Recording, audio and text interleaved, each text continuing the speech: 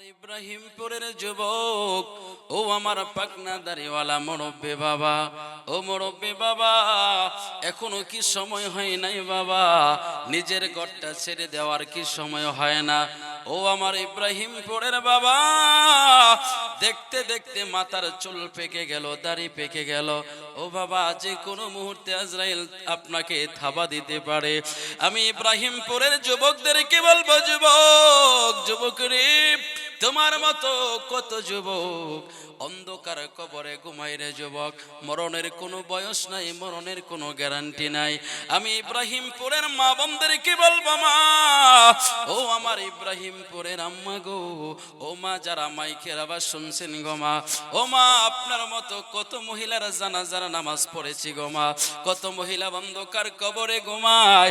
ও আমার ইব্রাহিমপুরের আম্মা, ও মা, আজকে যে এই ঘরের মধ্যে তোমার কথাই সংসার চলে গো মা, তোমার আগে কিন্তু তোমার শাশুড়ির কথাই এই ঘরটা চলতো গো মা। আজকে তোমার শাশুড়ি শতমন মাটি বুকে নিয়ে কবরে ঘুমাই রে মা। ও মা, একদিন তুমি ওই কবরের যাত্রী হয়ে যাইবা। ও আমার ইব্রাহিমপুরের আম্মা, মা গো মা, একটু সময় হবে না গো মা, আমার নবীর কথা শোনার জন্য, ওলিদের কথা শোনার জন্য, নিজের ঈমানকে তাজা করার জন্য, আমলকে সুপরিশুদ্ধ করার জন্য, কবরকে পরিষ্কার করার জন্য একটু সময় হইব নি গো ইব্রাহিমপুরের আম্মা, একটু সময় দিয়া পারবানি গো মা? আজকে তোমার ঘরের স্টার জলসাটা বন্ধ করে দিতে, আজকে তোমার ঘরের টেলিভিশনটা বন্ধ করে দিতে পারবানি গো মা? আজকের জন্য একটু সময় নবীর প্রেম বাগানে বসে নবীর কথা শুনতে পারবানি মা? ও মা, মা গো মা, এই দুনিয়া থাকার জায়গা না। ও আমার ইব্রাহিমপুরের যুবক ভাই, ও ভাই, তুমি আজকে ফেসবুকের মধ্যে ভালো সময় কাটাইতে পারো, ঘন্টার পর ঘন্টা সময় তুমি ফেসবুকে দাও। ও যুবক রে যুবক, ও যুবক, তুমি জানো না মালাকুল মাউত আজরাইল বারবার সিগন্যাল দিয়ে যায়, যে কোনো মুহূর্তে তোমারে থাবা দিয়া অন্ধকার কবরে ঢুকাইয়া দিতে পারে। রে আমার ইব্রাহিমপুরের যুবক, যুবক রে, যদি তুমি নাটক সিনেমা দেখা অবস্থায় আজরাইল ধরে ফেলে, কি উপায় হবে তোমার কবরে? একটাবার চিন্তা করো। এই জন্যই তো সতর্ক করে প্রায় সময় আমরা বলে থাকি, যাহা করো তাই করো রে মন, পিছের কথা রেখো স্মরণ বরাবরই, অতর খালি হাতে একলা পথে মনে রে, খালি হাতে একলা পথে বিদায় করে দিবে তরি। দেখ না মন জাকমারি দুনিয়াদারি, দেখ না মন জাকমারি দুনিয়াদারি। ও আমার ইব্রাহিমপুরের যুবক, সময় করে বসে যাও না রে যুবক। ও আমার মুরব্বি বাবারা, আসুন আমরা সকলে মিলে একটু আল্লাহকে স্মরণ করি, জিকিরের মাধ্যমে আল্লাহকে কলবের মধ্যে বসাই। কারণ জিকিরের মাধ্যমে কলবের ময়লা পরিষ্কার হয়, জিকিরের মাধ্যমে জান্নাতের রাস্তা পরিষ্কার হয়।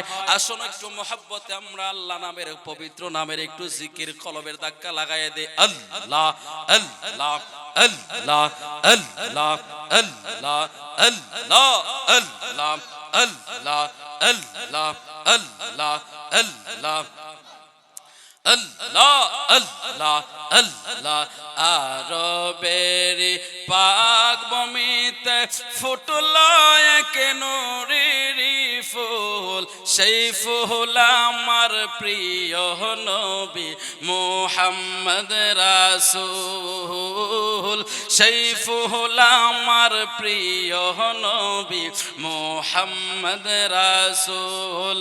আল্লাহ আল্লাহ আল্লাহ আল্লাহ। সেই ফুলের খুশবু মিলে নূর নবীজির নাম জফিলে, ও মাশাআল্লাহ। আল্লাহ আল্লাহ আল্লাহ।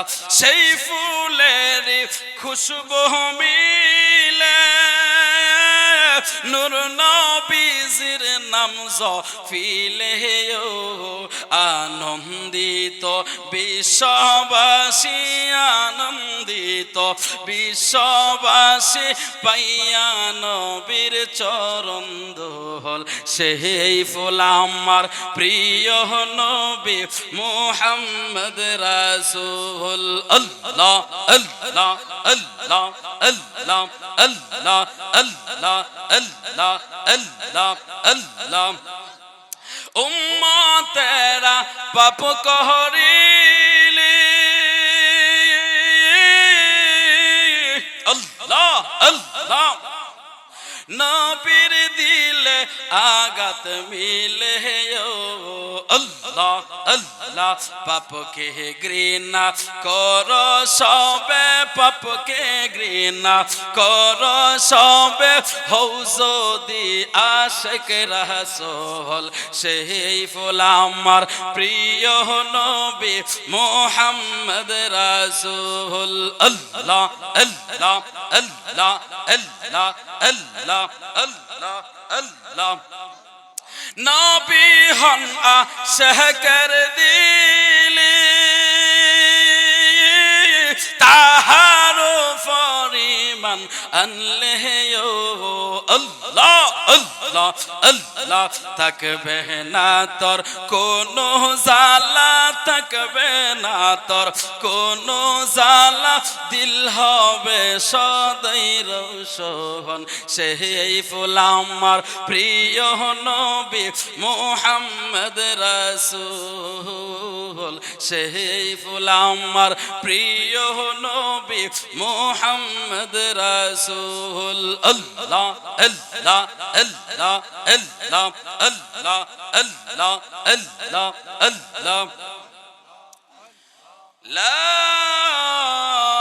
ইলাহা ইল্লাল্লাহু মুহাম্মাদুর রাসূলুল্লাহ সাল্লাল্লাহু আলাইহি ওয়াসাল্লাম। ইব্রাহিমপুর তালুকদার বাড়ি প্রবাসীদের উদ্যোগে কবরবাসীদের স্মরণে আজকের আজিমুসান বরকতি মুহতি মাহফিলের শ্রদ্ধাভাজন জনাব সভাপতি এবং সহসভাপতি বৃন্দ, আজকের মাহফিলের হযরত উলামায়ে কারাম, জওয়ান ভাইয়েরা, মুরব্বী বাবারা, পর্দার আড়ালের আমার মা বোনেরা, স্নেহের কচি কাচারা, সকলকে ইসলামী শুভেচ্ছা আবারও সালাম জানাচ্ছি। আসসালামু আলাইকুম ওয়া রাহমাতুল্লাহি ওয়া বারাকাতুহু। সমস্ত প্রশংসা কার? আল্লাহর নাম নিতে কোনো লজ্জা আছে? পরে করে বলেন না, সমস্ত প্রশংসা কার? সমস্ত ইজ্জত কার? তারপর আল্লাহর পর আরো জোরে। ভয় পাচ্ছেন? ভয় পাচ্ছেন? দলিল লাগবে? দলিল তো আছে, দলিল ছাড়া তো আমরা কথা বলবো না ইনশাআল্লাহ। আমরা চাপার জোরে কথা বলি না, আমরা দলিলের জোরে কথা বলি। কথা বলেন ঠিক কিনা? চাপাবাজি করে যাদের ভিতরে মাল নাই, কথা বলেন ঠিক কিনা? কিন্তু নবীর আশিক যারা হয়, নবীর প্রেমিক যারা হয়, মদিনাওয়ালার তরফ থেকে তাদের কলবের ভিতরে আল্লাহর পক্ষ থেকে ইলহাম নাজিল হয়। কথা বলেন ঠিক কিনা? এই জন্য আমরা চাপার জোরে কথা বলি না, আমরা সুন্নিরা দলিলের জোরে কথা বলি। যতদিন পূর্ব আকাশে সূর্য উঠবে, পশ্চিমে ডুববে, ততদিন পর্যন্ত সুন্নিরা নবীর গুণগান করবে, ওলিদের গুণগান করবে। কথা বলেন ঠিক কিনা? সুন্নিদেরকে দাবিয়ে রাখার মতো ক্ষমতা পৃথিবীর জমিনে আগেও ছিল না, ভবিষ্যতেও থাকবে না, বর্তমানেও নাই। কথা বলেন ঠিক কিনা? আমরা সেই নবীর পক্ষে থাকতে চাই কি চাই না? দুই হাত তুলে বলেন চাই কি চাই না? আল্লাহ কবুল করো, আমিন বলেন। এটা শুরু আর কি, বুঝছেন না?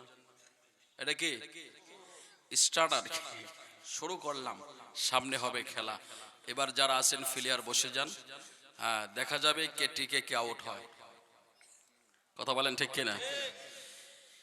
কারণ জমিন আল্লাহর, দুনিয়া আল্লাহর, সবকিছু আল্লাহর। সেখানে থাকবে আল্লাহর শান, নবীর শান, ওলির শান। কথা বলেন ঠিক কিনা? কারণ নবী আল্লাহর, ওলি মানে বন্ধু আল্লাহর। কথা বলেন ঠিক কিনা? তোমরা ফাউল। কথা বলেন ঠিক কিনা? কারণ আল্লাহর সাথে যেগুলো কানেক্টেড সবগুলোই থাকবে, বাকি সব ধ্বংস। কথা বলেন ঠিক কিনা? আল্লাহ কোরআনে বলেন, আপনারা একটু আমার সাথে সাথে মাঝে মধ্যে, যদিও না পারেন চেষ্টা করবেন ঠোঁটটা নাড়ানোর জন্য, কারণ প্রত্যেক অক্ষরে আপনি 10টা করে নেকি পাবেন, আর যদি ওযু থাকে 25টা করে নেকি পাবেন। তাহলে লস আছে কোনো? চেষ্টা করবেন, পড়েন আমার সাথে সাথে। বিসমিল্লাহির রহমানির রহিম। ওয়ালিল্লাহিল ইজ্জাতু ওয়ালিরাসূলিহি ওয়ালিল মুমিনিনা ওয়ালাকিন্নাল মুনাফিকিনা লা ইয়ালামুন। একটু জবান খুলে আওয়াজ করে বলবেন আল্লাহু আকবার। একটু মহব্বতের আওয়াজ দিয়ে বলবেন ইয়া রাসূলুল্লাহ।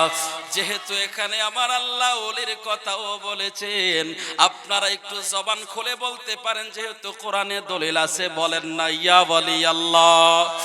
এ আমার ইব্রাহিমপুরের মুসলমান, ও আমার ইব্রাহিমপুরের যুবক, ও আমার মুসলমান ভাই, আপনি হতে পারেন কওমি জামাতের, হতে পারেন জামাতের হতে পারেন হেফাজতের, হতে পারেন তাবলীগের। আপনি যেখান থেকে শুনছেন, আমি অনুরোধ করে বলবো, আপনি আমাদেরকে শত্রু মনে করেন না, আমরাও আপনাদেরকে শত্রু মনে করি না। নিরপেক্ষভাবে আলোচনা শুনবেন। যদি আমারটা রাইট হয়, সত্য হয়, তাহলে রিসিভ করবেন, আর যদি আমারটা মিথ্যা হয়, আমারটা ফাউল হয়, ডাস্টবিনে ছুঁড়ে মারবেন। ঝগড়া করার কিছু নাই। বলেন ঠিক কিনা? কারণ আমরা চাই সত্য প্রকাশ করার জন্য, সত্য প্রচারের জন্য। নবী আসছে সত্য দিন প্রচারের জন্য। কথা বলেন ঠিক কিনা? রে আমার ইব্রাহিমপুরের মুসলমান, মুসলমানের আমার আল্লাহ কোরআনে বলেন ওয়ালিল্লাহিল ইজ্জাতু ওয়ালিরাসূলিহি। আল্লাহ কই সমস্ত ইজ্জত, সমস্ত সম্মান আল্লাহর, তারপরে আল্লাহ বলে ওয়ালিরাসূলিহি, এরপরে আমার রাসূলের, ওয়ালিল মুমিনিন, এরপরে মুমিনদের। এখন মুমিন বলতে এখানে মধ্যে আল্লাহর ওলিদেরকে বোঝানো হয়েছে। যেহেতু আপনারা আমাকে বেলায়েতের সাবজেক্ট দিয়েছেন, ওলিদের আলোচনা দিয়েছেন, আমি একটু এই দিক দিয়ে আলোচনা করব, আপনাদেরকে মাঝে মধ্যে বোঝানোর জন্য এক্সাম্পল স্বরূপ কিছু কথা বলবো। একটু ভালো করে রিসিভ করবেন। এরপরে আমার আল্লাহ কোরআনের পাকের শেষ আয়াতের শেষ অংশে বলেন ওয়ালাকিন্নাল মুনাফিকিনা লা ইয়ালামুন।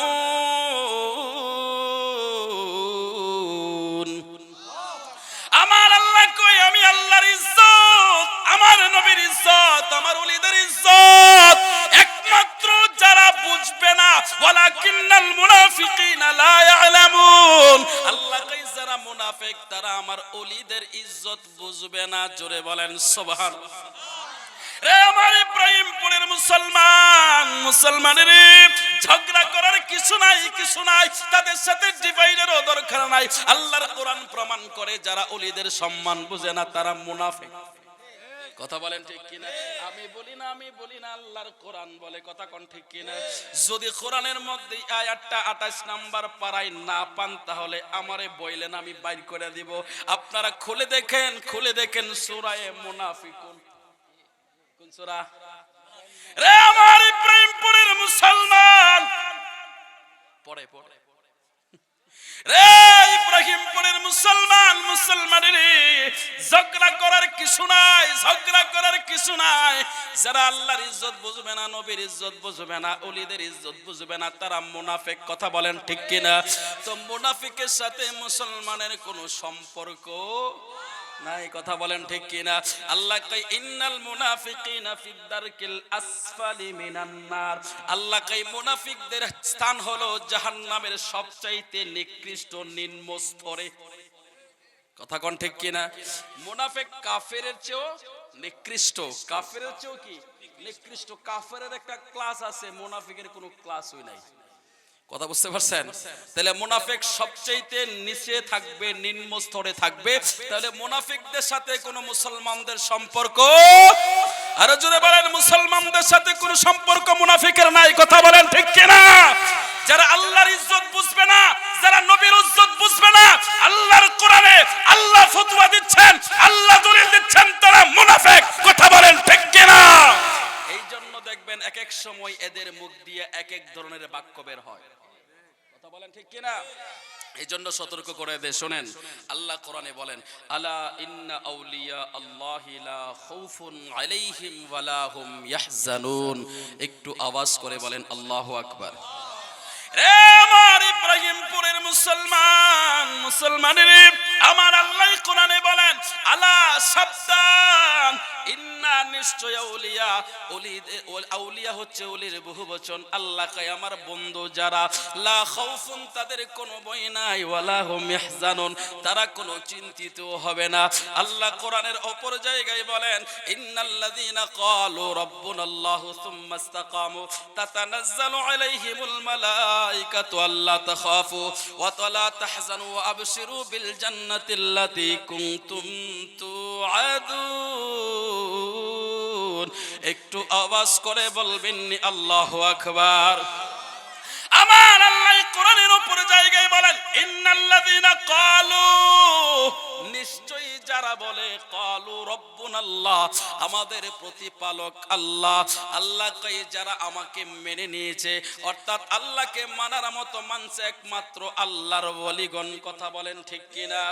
আল্লাহ কয় যারা মেনে নিয়েছে, আল্লাহ কয় তাতানাজ্জালু আলাইহিমুল মালাইকা, আমি তাদের কাছে ফেরেশতা নাজিল করব। জোরে বলেন সুবহানাল্লাহ। কোন সময় নাজিল করবে? কোন সময় নাজিল করবে?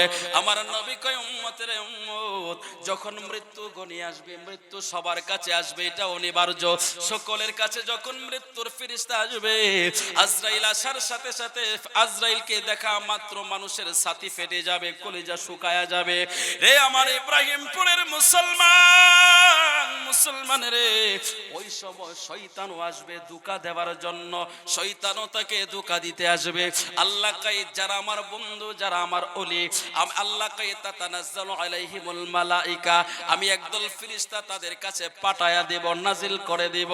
আল্লাহ তাখাফু ওয়ালা তাহজানু, তারা এসে বলবে আপনারা কোনো ভয় পায়েন না, আপনার কোনো চিন্তা নাই। ও আবশিরু, আপনার জন্য সুসংবাদ জান্নাতের। জোরে আওয়াজ করে বলেন আল্লাহু আকবার। এই ইব্রাহিমপুরের মুসলমানের আল্লাহ কোরআনে বলেন, যারা আল্লাহর ওলি তাদের কোনো ভয় নাই, চিন্তা নাই। মরণের চিন্তাটা হলো সবচাইতে বড় চিন্তা। কথা বলেন ঠিক কিনা? মরণের যন্ত্রণা বড় বড় যন্ত্রণা রে মুসলমান। মরণ যেদিন আসবে সেদিন বুঝবা আজরাইলের সুরটা যে কত ভয়ঙ্কর। আজরাইলের সুরত দেখলে বুঝবা কতটা ভয়ঙ্কর। আজরাইলকে দেখা মাত্র কলিজা ফেটে যায়। 32টা কৌটার ভিতরে আত্মাটা দৌড়াইতে থাকে। কেন কেন কেন? আজরাইলের সুরত দেখলে সহ্য করার মতো কারণ নাই। আজরাইল যে কোনো মুহূর্তে এসে থাবা মারতে পারে। কথা বলেন ঠিক কিনা? মনরে, হঠাৎ আজরাইল এসে ফাঁসি দিবে তোমার গলে, শেষ করিবে অসাদের জীবন, কইরে বুলামন। ওরে দম তাকিতে আল্লাহ নবীর নাম কর স্মরণ, কইরে বুলামন। একদিন ভাবলে না তোর হইব রে মরণ। কথা বলেন ঠিক কিনা? আমার ইব্রাহিমপুরের মুসলমানের সেই মরণ, সেই আজরাইল সবার সামনে আসবে, সকলের সামনে আসবে। আল্লাহ কই যাদের সামনে আসবে, আমি আল্লাহ এমন কিছু মানুষ আছে আমার স্পেশাল বন্ধু ওলি যারা, আমি তাদের সামনে ফেরেশতা নাজিল করে দেব। তারা এসে জান্নাতের সুসংবাদ দিবে। এরাই হলো আমার আল্লাহ। আমার আল্লাহ কই এরাই হলো আমার বন্ধু। আল্লাহ এই কথাই কোরআনে বললেন, ওয়ালিল্লাহিল ইজ্জাতু ওয়া লিরাসূলিহি ওয়া লিল মুমিনিন। আল্লাহ কই এরাই হলো মুমিন, এরাই হলো ওলি। ওয়ালাকিন্নাল মুনাফিকিনা লা ইয়ালামুন, কিন্তু মুনাফিকরা সে ওলিদের শান বুঝবে না। কথা বলেন ঠিক কিনা? বুঝে না দেখেই তো উল্টা পাল্টা কয়। কথা কোন ঠিক কিনা? দেখছেন না এক মুফতি সাহেব বলছে, উনি আরে এই বাবা হে বাবার দরবারে দৌড়ো। আর জিন্দা ওলি যদি দেখতে চাও, ইশারা দিয়া বুঝাইছে। যাকে বুঝাইছে আপনারা আশা করি বুঝতে পেরেছেন। জিনাকে জিন্দা ওলি বলছেন, ইনি মহিলাদেরকে নিয়ে টক শো করেন। কি করেন? কথা কন না, কি করেন? বেগানার নারীর দিকে তাকানো কি জায়েজ আছে? কথা কয় না। এখন তো আবার ফতোয়া দিয়ে দিছে মুফতি সাহেব, ভালো সুন্দর ফতোয়া দিছে। ইন্ডিয়ার এক নায়িকা আছে, কি নায়িকা, ওনার দিকে নাকি আল্লাহর নাম নিয়ে তাকাইলে সওয়াব হইব। আরো জোরে বলেন, আরো জোরে। এই জন্য আমরা এদের কথা বিশ্বাস করি না, কারণ আমরা কোরআন মানি। কথা বলেন ঠিক কিনা? আল্লাহ কোরআনে বলেন, কুল লিল মুমিনিনা ইয়াগুদ্দু মিন আবসারিহিম ওয়া ইয়াহফাযু ফুরুজাহুম যালিকা আযকা লাহুম ইন্নাল্লাহা খাবীরুম বিমা ইয়াসনাউন।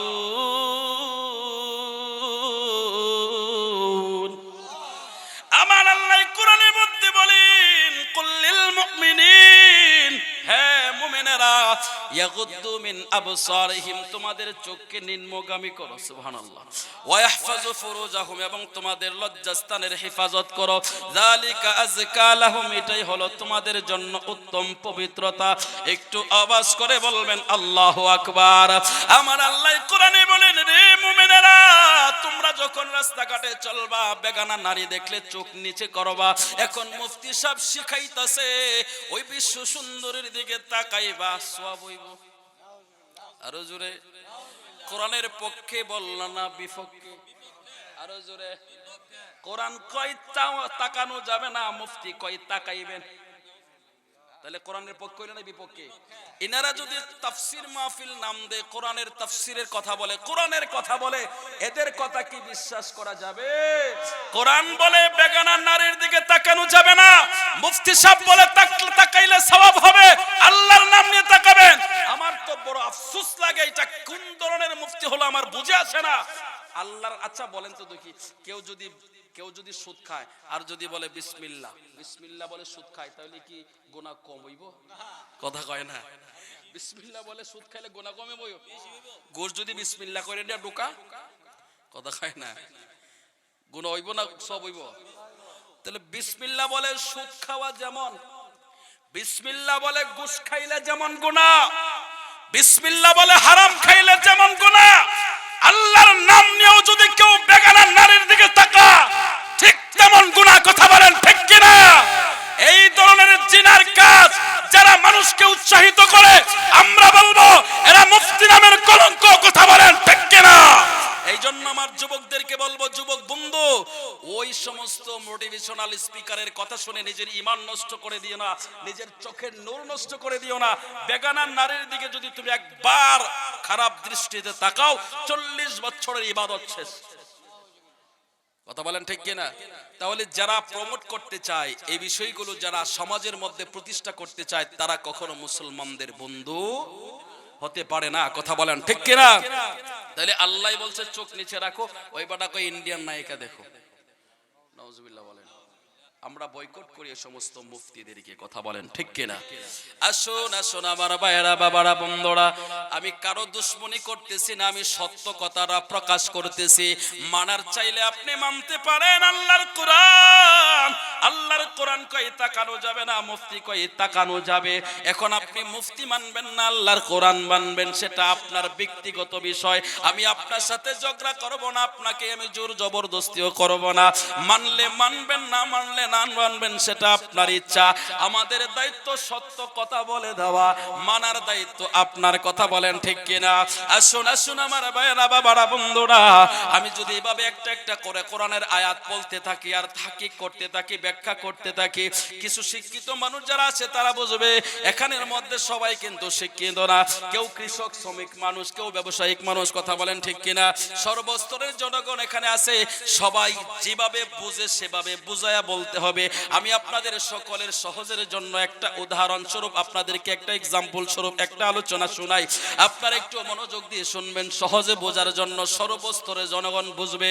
ও মিয়া, পৃথিবীর মধ্যে বিখ্যাত আল্লাহর ওলিদের মধ্যে একজন আল্লাহর ওলি আমির বিন আনাস রাহমাতুল্লাহ আলাইহি। হয়তো আপনারা কিছু কিছু মানুষের তার নাম শুনছেন, কিছু মানুষে শুনেন নাই। আজকে শুনেন, এখন বলতে পারেন হুজুর আপনাকে কিচ্ছা কাহিনী বলার জন্য আনি নাই। ও মিয়া, এগুলো কিচ্ছা কাহিনী না, এগুলো কিচ্ছা কাহিনী না। যেখানের মধ্যে শিক্ষা রয়েছে, কিচ্ছার মধ্যেও যদি শিক্ষা থাকে, সেই কিচ্ছা শোনা জায়েজ। কথা বলেন ঠিক কিনা? যেটা শুনলে আপনার আত্মার উন্নতি হবে, যেটা শুনলে আপনার ঈমানের উন্নতি হবে, যেটা শুনলে আপনার আমলের উন্নতি হবে, সেটা শোনা জায়েজ। কথা বলেন ঠিক কিনা? রে আমার ইব্রাহিমপুরের মুসলমান, মুসলমান রে, ও আমার ইব্রাহিমপুরের যুবক, ও আমার ইব্রাহিমপুরের মা বোনেরা, মাগো মা একটু হৃদয়ের কানটা লাগায়া শুনবেন গো মা। আমি আজকে যে আলোচনাটা শোনাইতে চাচ্ছি, ওই আলোচনাটা শুধু পুরুষদের জন্য না, মহিলাদের জন্য শিক্ষা রয়েছে। এই জন্য আমি একটা বিষয় আপনাদেরকে সামনে টেনে আনলাম, একটু ভালো করে কান খুলে শুনবেন। আমির বিন আনাস রাহমাতুল্লাহ আলাইহি এমন একজন জবরদস্ত আল্লাহর ওলি ছিলেন। আল্লাহর ওলিরা কেমন হয়? আল্লাহর ওলিরা মেয়েদেরকে নিয়ে টকশো করে না, আমি সেটাই আপনাদেরকে বুঝাইতে চাচ্ছি, একটু ভালো করে শুনেন। আমির বিন আনাস রাহমাতুল্লাহ আলাইহি কেমন জবরদস্ত আল্লাহর ওলি ছিলেন, যিনি বালেগ হওয়ার পর থেকে কোনোদিন তাহাজ্জুদের নামাজ কাজা হয় নাই। একটু জবান খুলে কি আল্লাহু আকবার বলা যাবে? রে আমার ইব্রাহিমপুরের মুসলমান, মুসলমান রে, কেমন আল্লাহর ওলি হলে বিন আনাস রাহমাতুল্লাহ আলাইহি একজন জবরদস্ত আল্লাহর ওলি, জিনার জীবনে কোনোদিন তাহাজ্জুদের নামাজ কাজা নাই। আমির বিন আনাস রাহমাতুল্লাহ আলাইহি আল্লাহর ওলি, তিনি যখন ইবাদতে মশগুল ছিলেন, হঠাৎ করে নবীর হাদিস পড়তে পড়তে একটা হাদিস পড়লেন। আমার নবীর একটা হাদিস পড়তে পড়তে যখন তিনার চোখে একটা হাদিস পড়লো, হাদিসটা হলো আমার নবীর একটা সুন্নত হলো বিবাহ করা। কি করা? বিবাহ করা। কার সুন্নত? জোরে বলেন না, কার সুন্নত? নবীজির সুন্নত হচ্ছে বিবাহ করা। আমির বিন আনাস রাহমাতুল্লাহ আলাইহি যখন দেখলেন নবীর একটা সুন্নত ছুটে যাচ্ছে, আমির বিন আনাস রাহমাতুল্লাহ আলাইহি তিনার মনের মধ্যে একটা দাগ কেটে গেল। আমি যদি আল্লাহর হুকুম সবগুলো মানি, আমি যদি আল্লাহকে মানার মতো মানতে চাই, তাহলে আগে নবীকে মানতে হবে, নবীকে ফলো করতে হবে। কারণ আল্লাহ কোরআনে বলেছেন, মাইয়ুতির রাসূল ফাকাদ আতা আল্লাহ। একটু আওয়াজ করে বলেন আল্লাহু আকবার। আমির বিন আনাস রাহমাতুল্লাহ আলাইহি তিনি চিন্তা করলেন, যদি নবীকে ফলো না করি তাহলে তো আল্লাহকে মানা হবে না, আল্লাহকে মানার মতো মানা হবে না। এখন নবীকে ফলো করতে গেলে, নবী বিবাহ করেছে, এটা নবীর সুন্নত, এখন আমি সুন্নতটা ছেড়ে দিলে হবে কি করে? আমির বিন আনাস রাহমাতুল্লাহ আলাইহি এবার চিন্তা করলেন, আমার একটা বিবাহের দরকার। ইনি খোঁজ করতে লাগলেন কোথায় নেককার মহিলা আছে। ও মিয়া, দ্বন্দ্বলতের দিকে তাকাইবেন না, তাকাইবেন না। যারা বিবাহ করেন নাই, যারা বিবাহ করেছেন, আমি আপনাদের দুজনদের কি বললাম, যারা বিবাহ করছেন, যার ঘরের বউটা ভালো, তার ঘরটা জান্নাত। কথা কোন ঠিক কিনা? আর যার ঘরের বউটা ভালো না, হে বেড়া বুঝতাছে এটা কি ঘর। কথা কোন ঠিক কিনা? কত কত পুরুষ আছে ঘরে যাওয়ার আগে ভয় পা। কথা কোন না? আপনাদের এখানে মনে নাই? প্রায় জায়গায় আছে, ঘরে গেলে, ঘরে যাইতে গেলে ভয় পা। কারণ ঘরের ভিতরে বউয়ের সাথে প্রশ্নের জবাব দিতে দিতে বেটার মাথা শেষ। কথা কোন ঠিক কিনা? কত কত বেটাইতেছে বাহিরে থাকতে মন চায় না, কারণ ঘরের বউটা এত বেশি পরিমাণে ভালোবাসা দেয়, তার বাহিরে মন বসে না, ঘরে ধরে যায়। কথা কোন ঠিক কিনা? রে যুবক, যুবক রে, সম্পদওয়ালা দেখবা না, বিশ্ব সুন্দরী সুন্দরী দেখবা না, দেখতে হবে মেয়েটা আমলওয়ালা কিনা, মেয়েটা দিনদার কিনা। যদি একটা দিনদার মেয়েকে গড়ে তুলতে পারো, যদিও গরিবের মেয়ে, কিন্তু তোমার ঘরটা হয়ে যাবে বেহেশত। কথা বলেন ঠিক কিনা? আমির বিন আনাস রাহমাতুল্লাহ আলাইহি খোঁজ করতে লাগলেন কোথায় পাওয়া যায় এমন একটা নেককার মেয়ে। খোঁজ করতে করতে করতে করতে একদিন, 2 দিন, 3 দিন করতে করতে 3 বছর খুঁজলেন। সুবহানাল্লাহ। কয় বছর? 3 বছর খোঁজ করলেন। 3 বছরের ভিতরে মিলাইতে পারলো না। হঠাৎ করে তিনি একদিন মসজিদ থেকে বের হলে রাস্তা একজন আলেম বন্ধুর সাথে দেখা হয়ে গেল। আলেম বন্ধু ডাক দিয়া কই, বন্ধু কি ব্যাপার, মন মরা হয়ে তুমি হাঁটতেছো, ব্যাপার কি? বন্ধু ডাক দিয়া কয়, রে আমির বিন আনাস, তোমার মনটা কেন বেজার? আমির বিন আনাস রাহমাতুল্লাহ আলাইহি বলেন, বন্ধু আমি একটা ভালো মেয়ে খুঁজতেছি, বিবাহ করার জন্য খুঁজে পাচ্ছি না।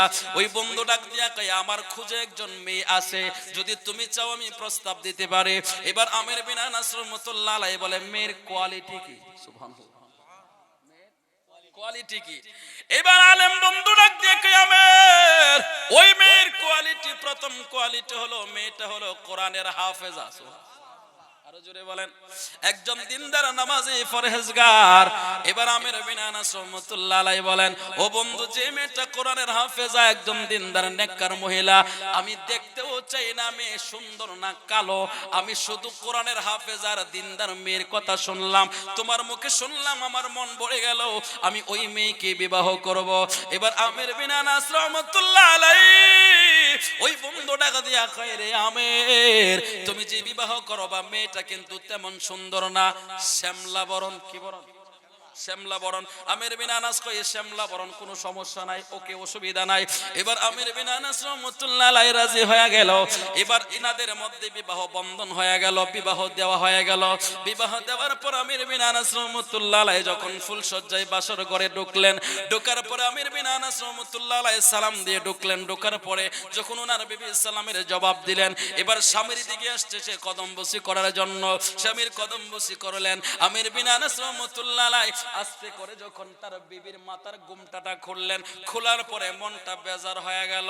আমির বিন আনাস রাহমাতুল্লাহ আলাইহি ডাক দিয়া কই, বন্ধু বলছে শ্যামলা, কিন্তু মেয়েটা এত কালো, চেহারার কাটিংও ভালো না, এই মেয়ে তো আমার সাথে যায় না। মনের মধ্যে একটা শয়তানে ওয়াসওয়াসা দিচ্ছে। কি দিচ্ছে? ওয়াসওয়াসা দিচ্ছে। এবার আমির বিন আনাস ঘর থেকে বের হয়ে গেল। ঘর থেকে বের হয়ে যাওয়ার পরে মেয়েটা তো দিনদার পরহেজগার মানুষ, মেয়েটা ডাক দিয়া কই, স্বামী, স্বামী রে, আজকে আপনার সাথে আমার বিবাহ হয়েছে, আপনি আজকে বাসর ঘর থেকে বের হয়ে গেলেন, যদিও আপনি আমাকে পছন্দ করেন নাই, পছন্দ হয় নাই, এরপরও কিন্তু আমি আপনার বিবাহ করা স্ত্রী, আপনার সাথে আমার বিবাহ হয়েছে, আপনার হালাল স্ত্রী। আপনি যদি আমার হক আদায় না করেন, আল্লাহর কাঠগড়ায় আপনি আসামি হয়ে যাবেন।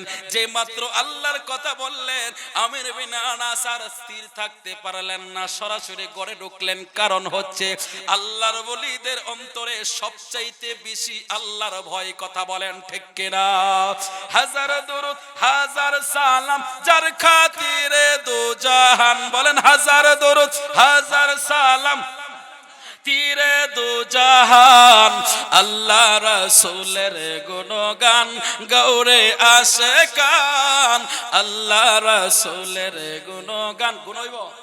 জবান খুলে বলেন, হাজার দরুদ হাজার সালাম যার খাতিরে দু জাহান, বলেন হাজার দরুদ হাজার সালাম যার খাতিরে দু জাহান, আল্লাহ রাসূলের গুণগান গৌরে আশিকান, আল্লাহ রাসূলের গুণগান। ডান হাতটা উঁচু করে বলেন না আল্লাহু আকবার। এ আমার ইব্রাহিমপুরের মুসলমান, মুসলমানের আমির বিন আনাস রাহমাতুল্লাহ আলাইহি যে মাত্র আল্লাহর নাম শুনলেন, বাহিরে থাকতে পারলেন না, ঘরের ভিতরে ঢুকলেন। ঘরের ভিতরে ঢুকে আল্লাহর শুকরিয়া আদায় করলেন, আল্লাহ আপনি আমার কপালে যা রাখছেন তাই হইছে। আমির বিন আনাস রাহমাতুল্লাহ আলাইহি ঘরের ভিতরে ঢোকার পরে এবার বিবির সাথে আলাপ আলোচনা হলো। এবার বিবির সাথে যখন মেলামেশা হয়ে গেল, তাদের ভালোবাসার আদান প্রদান হয়ে গেল। ফজরের সময় হয়ে গেল, গোসল করে তাহাজ্জুদের নামাজ আর ফজরের নামাজ আদায় করলেন। ফজরের নামাজ আদায় করার পর আমির বিন আনাস রাহমাতুল্লাহ আলাইহি মনের মধ্যে আবার চিন্তা ঢুকে গেল, আমি যে বিবি বিবাহ করলাম, ঘরের ভিতরে গেলে বিবির চেহারা দেখলে আমার মন ঠিক থাকে না। এক পর্যায়ে যদি আমি বিবির সাথে খারাপ আচরণ করি, তাহলে আমি আল্লাহর কাঠগড়ায় আসামি হয়ে যাব। ও মিয়া, আল্লাহর ওলিরা কোনোদিন ঘরের বউয়ের সাথে খারাপ আচরণ করে না। কথা কোন ঠিক কিনা? যারা করেন তাদের কিন্তু বিপদ আছে। কি আছে? বিপদ আছে। আমি একটু গল্প বলি, শুনেন, একটু অল্প সময়ের ভিতরে বলি। এক ভদ্রলোক ডাক্তারের কাছে গেছে, ডাক্তার তারে প্রস্রাব পরীক্ষা দিছে। কি দিছে? প্রস্রাব পরীক্ষা দিছে। ওই যে সকালবেলায় তুমি প্রস্রাব করে, যে সকালে যে প্রস্রাবটা, ওইটা তুমি আমার কাছে নিয়ে আসবা, পরীক্ষা করবো আমি। তো সকালবেলা প্রস্রাব করে বেটা খাটের তলায় রেখে গেল। রেখে যাওয়ার পরে বেটা চলে গেল কাজে, হাল চাষ করতে গেছে। কি করতে? হাল চাষ করতে গেছে। হাল চাষ করতে গেছে, চলে গেছে বেটা। সকালবেলা তো গ্রামের মহিলাদের নিয়ম হচ্ছে ঘুম থেকে উঠে ঘর বাড়ি ঝাড়ু দেওয়া। কথা কোন ঠিক কিনা? তো মহিলা ঘুম থেকে উঠছে, ওঠার পরে ঘর ঝাড়ু দিচ্ছে। ঘর ঝাড়ু দিতে গিয়া ঝাড়ুর আগায় লাগে ওই বোতলের পানিটা পড়ে গেছে, মানে প্রস্রাবটা পড়ে গেছে। তো প্রস্রাব যখন পড়ে গেছে, বিডি মনে করছে মনে হয় পানি টানি ছিল। স্বামী যখন কাছ থেকে আসছে, নাস্তা দিয়েছে, নাস্তা দেওয়ার পরে জিজ্ঞাসা করতেছে, কি ব্যাপার, খাটের তলায় কিছু রাখছিলেন? বলে হ্যাঁ রাখছিলাম। তো কি রাখছিলেন? বলে ডাক্তার বলছে প্রস্রাব করে নিয়ে যাইতে, প্রস্রাব পরীক্ষা করবে। মহিলাকে খাইছে রে, আমি তো এটা ফালাই দিছি, এখন যদি কই আমি প্রস্রাব ফালাই দিছি, বাটা আলের ভাজন দিয়ে শুরু করবো। এমন স্বামী আছে না নাই? বিডি ধরে ভয়ে বাঁচার জন্য তাড়াতাড়ি করে বাথরুমে ঢুকছে। বিডি প্রস্রাব করে বোতল ভরে আবার রেখে দিছে। রেখে দেওয়ার পর বেচারা ডাক্তারের কাছে গেছে। ডাক্তার তো পরীক্ষা টরীক্ষা করে খালি বেড়ারে চায়া চায় দেখে, কি লোকের চায়া চায় দেখে। বেটা কই, ডাক্তার সাহেব আপনি আবার রিপোর্ট দিবেন না দিয়া খালি আমার দিকে ছায়া দেন। কই বেটা ছায়া থাকবো না, জীবনে কত ট্রিটমেন্ট করলাম, কত পরীক্ষা করলাম, কত রোগী দেখলাম, তোর মতো রোগী আমি আর জীবনে পাইছি না। বলে ডাক্তার কি হয়েছে? বাড়া কি কইতাম দুঃখের কথা, তোর ফেরে ভেতরে 7 মাসের বাচ্চা। কোন কি ডাক্তার? সর্বনাশ। বলে আমি কই না, আমার রিপোর্টে কয়। কি কয়? আমার রিপোর্টে কয়। ডাক্তার এখন কি করা? বলে কিছু করার নাই, তোর অপারেশন করে ফেটেতে বাচ্চা বাড়ি করতে হবে, এছাড়া উপায় নাই। আচ্ছা ফ্যাট কাটটা বাচ্চা বাড়ি করবো, এই কথা শুনলে কি এবার মাথা ঠিক আছে নি? বাড়িতে গেছে, খাওন দাওন ছাইরা দিছে, খালি জুলাই, কামেও যায় না, খাও না। 1-2 দিন হয়ে গেছে, বউ জিগায় কি হয়েছে তোমার, খালি জোলা মেয়েরা থাকো। করে কইস না রে, দুঃখের কথা কারোর কাছে বলতেও পারি না, সইতেও পারি না, কইতেও পারি না, সইতেও পারি না। আর কি হয়েছে একটু কও না, দে আমার কাছে কও না। বলে তোর কাছে কেমনে কইতাম, আমার তো বড় শরম লাগে। বলে কি হয়েছে, শরমের কথাটা কও না। করে কি কম দুঃখের কথা, আমার পেটের ভিতরে বলে 7 মাসের বাচ্চা। মহিলা কো এর লেগে তুমি খাওয়ান দাওয়ান ছেড়ে দিয়েছ? বলে হ্যাঁ এর লেগে ছেড়ে দিয়েছে। কয় না তোমার খাওয়ান দাওয়ান ছাড়াও দরকার নাই, তোমার পেটের ভিতরে 7 মাসের বাচ্চা না। ডাক্তার কইছে, রিপোর্ট দেখে বেটা কইছে, ও রিপোর্ট দেখছে ঠিক, ডাক্তারে কইছো ঠিক, কিন্তু রোগীটা তুমি না, রোগীটা আমি।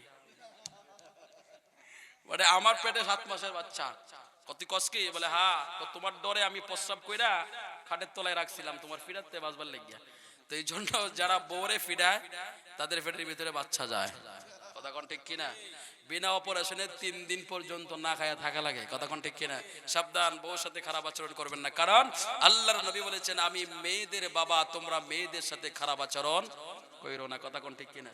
ইব্রাহিমপুরের বিডিআইতে খুশি হইতেছে যে হাসান বিল্লাহ হুজুর আমরার কথা কইতেছে, থাও কালকে থাকলে 2টা মুরগি ঠ্যাং খাওয়াবো। কথা কোন ঠিক কিনা? না মা, শুধু আপনাদের কি খুশি করলেই চলবে না, আপনার স্বামী হচ্ছে আপনার জন্য সবচাইতে বড় নিয়ামত। কথা বলেন ঠিক কিনা? আপনার স্বামীর কদমের নিচে আপনার জান্নাত। কথা বলেন ঠিক কিনা? আপনি স্বামীকে সম্মান করবেন, ইজ্জত করবেন, আল্লাহ আপনার ইজ্জতকে বাড়িয়ে দিবে। জোরে বলেন সুবহানাল্লাহ। রে আমার ইব্রাহিমপুরের মুসলমান, ও আমার ইব্রাহিমপুরের যুবক, আমির বিন আনাস রাহমাতুল্লাহ আলাইহি এবার তিনি চিন্তায় পড়ে গেলেন, করে গেলে তো আমার বউয়ের চেহারা দেখলে মন ভরে না, আমার বড় অশান্তি বিরাজ হয়। আমি যদি বউয়ের কাছে থাকি তাহলে আমি তার হক আদায় করতে পারবো না, আমি যদি তার সাথে খারাপ আচরণ করি তাহলে আল্লাহ আল্লাহ রাসূল আমার উপরে অসন্তুষ্ট হয়ে যাবে। আমির বিন আনাস রাহমাতুল্লাহ আলাইহি তিনি ঘর ছেড়ে দিয়ে, বাড়ি ছেড়ে দিয়ে চলে গেলেন অন্য একটা দেশে, দূর কোন জায়গায় চলে গেলেন।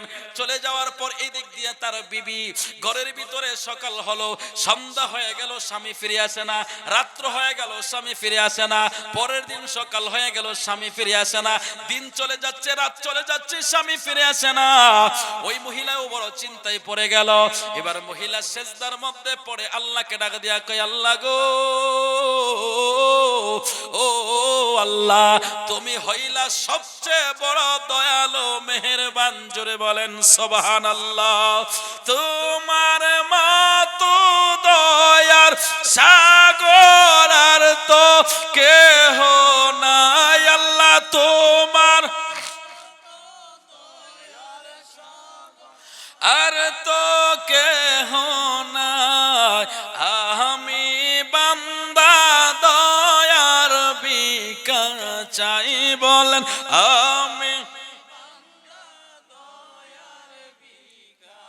ও আল্লাহর বান্দা ডাইন হাতটা উঁচু করে বলেন না আল্লাহু আকবার।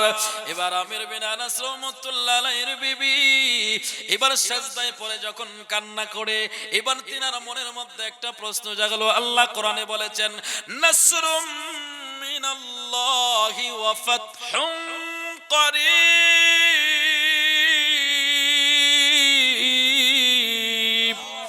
আল্লাহ কয় আল্লাহর সাহায্য মুমিনদের নিকটবর্তী। জোরে বলেন সুবহানাল্লাহ। আমির বিন আনাসের বিবি তিনি মনে মনে চিন্তা করলেন, যদি আমি মুমিন হয়ে থাকি আল্লাহর সাহায্য আমার নিকটে থাকবে, স্বামী নাই করে তাতে কিছু আসে যায় না, আল্লাহ আমার সাহায্যকারী আছে। জোরে বলেন সুবহানাল্লাহ। ও আমার ইব্রাহিমপুরের মা, মাগো মা, আলোচনাটা নিলাম উভয়ের জন্য উপকারে আসবে, পুরুষদের জন্য, মহিলাদের জন্য। ও আমার ইব্রাহিমপুরের আম্মা, ও মা, মাগো মা, আমার হৃদয়ের কানটা লাগায়া শোনো, আমির বিন আনাস রাহমাতুল্লাহ আলাইহির বিবি তিনি যখন আল্লাহর কাছে সাহায্য চাইলেন, আমার আল্লাহকে তুমি আমার উপরে ভরসা করেছো, আমি আল্লাহ তোমার কুদরতি সাহায্য করব। জোরে আওয়াজ করে বলেন আল্লাহু আকবার। আল্লাহর সাহায্য চলে আসছে ওনার পেটে। যে প্রথম দিন স্বামীর সাথে থেকেছিল, স্বামীর সাথে ভালোবাসার আদান প্রদান হয়েছে, ওই রাত্রে আল্লাহ তাআলা ওনার পেটে একটা নেককার সন্তান দিয়ে দিয়েছে। আরো জোরে বলেন সুবহানাল্লাহ। যে নেককার সন্তানের জন্য আমাদের জাতির পিতা ইব্রাহিম আলাইহিস সালাম আল্লাহর কাছে দরখাস্ত করেছিল, রব্বি হাবিলি মিনাস সালিহিন।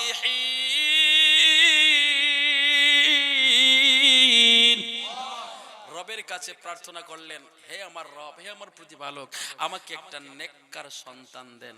আল্লাহ কয় ফাবাশশারনাহু বিগুলামিন হালিম, আমি আপনাকে নেককার সন্তানের সুসংবাদ দিলাম। আমির বিন আনাস রাহমাতুল্লাহ আলাইহির বিবি তিনি ছিলেন কোরআনের হাফেজা। আল্লাহর কোরআন যখন পড়েন, আল্লাহর কোরআনের মধ্যে ওনার ভিতরের প্রশ্নগুলো সহজ হয়ে যায়। জোরে বলেন আল্লাহু আকবার। আমার আল্লাহ তার পেটের ভিতরে একটা নেককার সন্তান দিয়া দিল।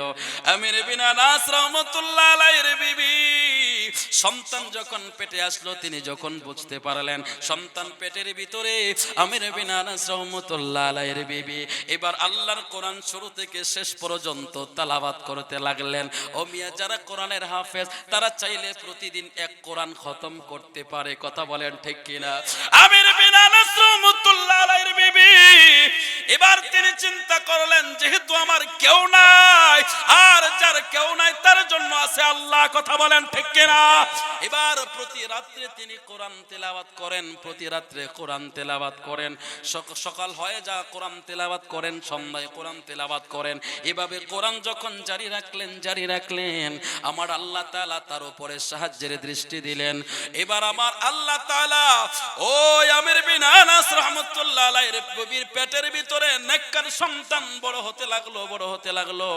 ও আমার ইব্রাহিমপুরের যুবকেরা শোনো, দিন মাদান যখন মাদের পড়ে আসে, যখন মায়ের প্রসব বেদনা শুরু হয়ে যায়, একমাত্র মা ছাড়া পৃথিবীর কেউ বুঝবে না।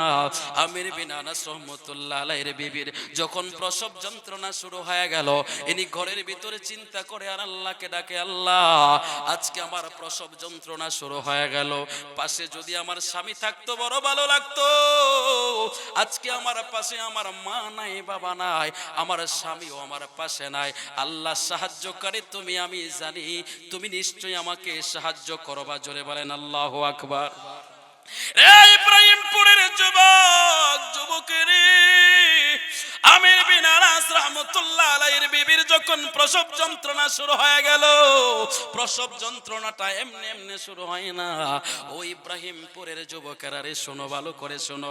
প্রসব যন্ত্রণাটা তখন শুরু হয় যখন সন্তান মায়ের কলিজায় লাথি লাগায়া দেয়। জোরে আওয়াজ করে বলেন আল্লাহু আকবার।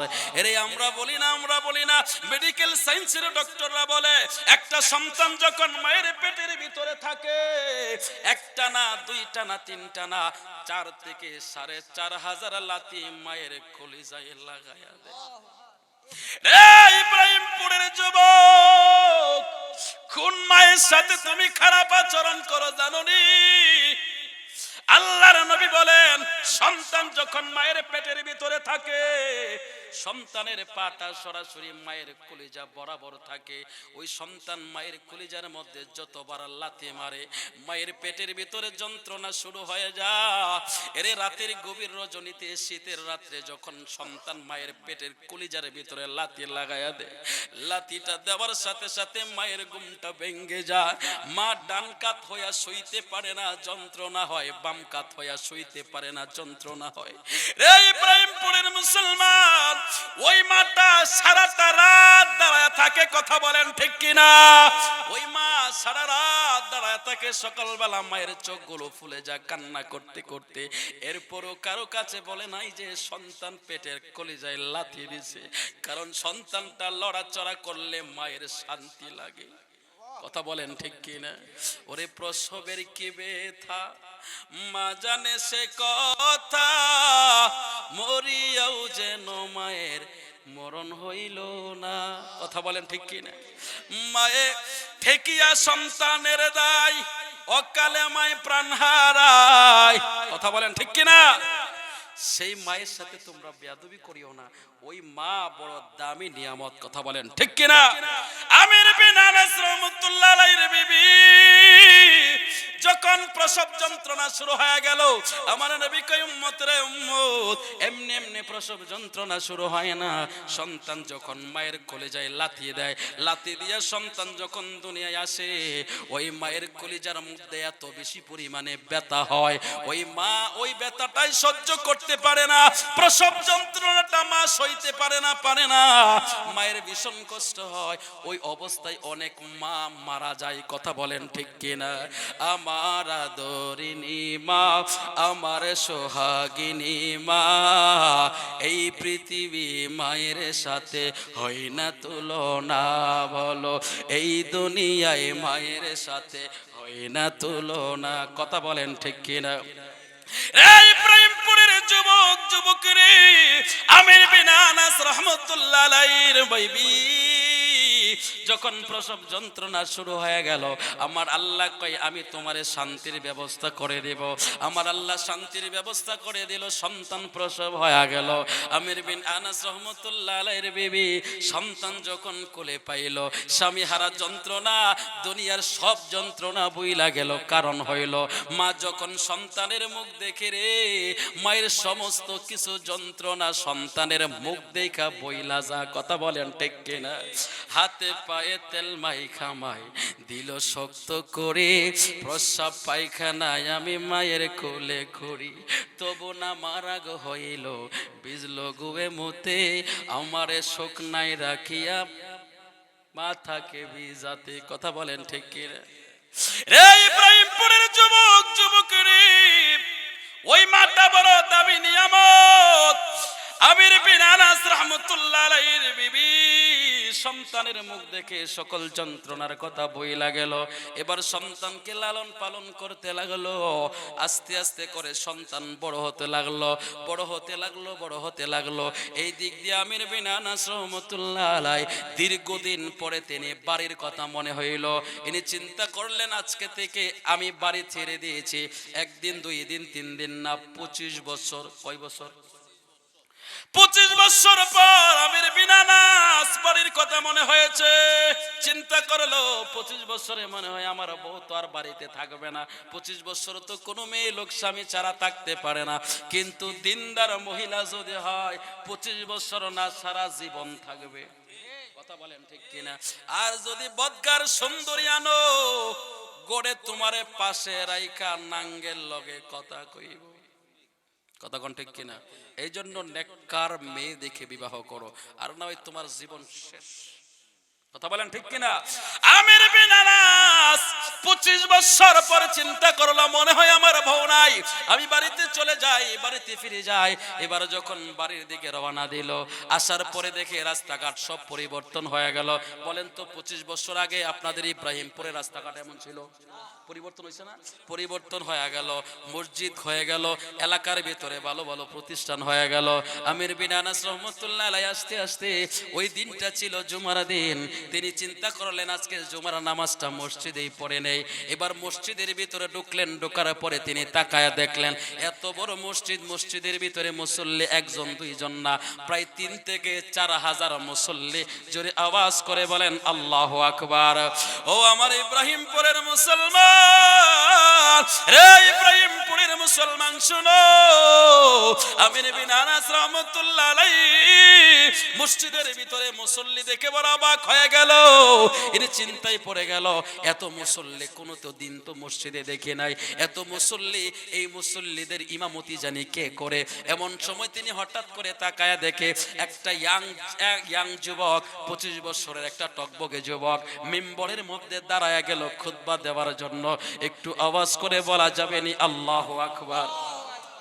আমির বিন আনাস ওই যুবকের চেহারার দিকে তাকায়া রইল। ওই যুবকের চেহারার দিকে তাকাইতে না তাকাইতে তার ভিতরে একটা জাগনা উঠে গেল। আমি তো 25 বছর আগে বিবাহ করেছি, হাইরে আমি যদি বউটারে ফালায়া না চইলা যাইতাম, আমারও তো 25 বছরের ভিতরে এমন একটা ছেলে থাকতো। সুবহানাল্লাহ।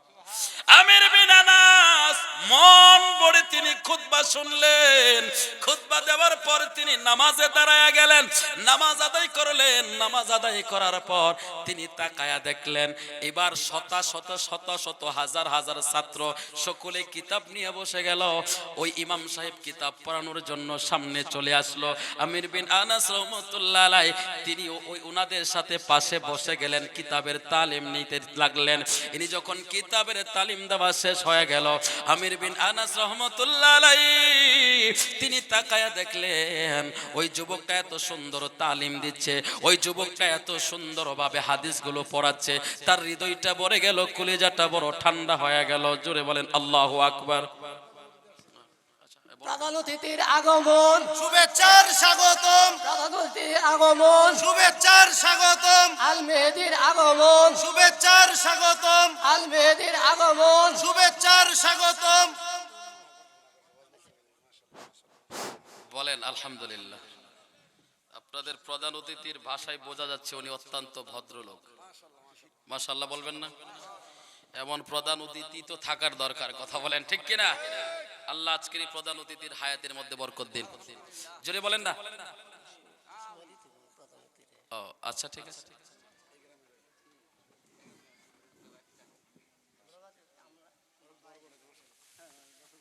আসসালামু আলাইকুম ভাইজান।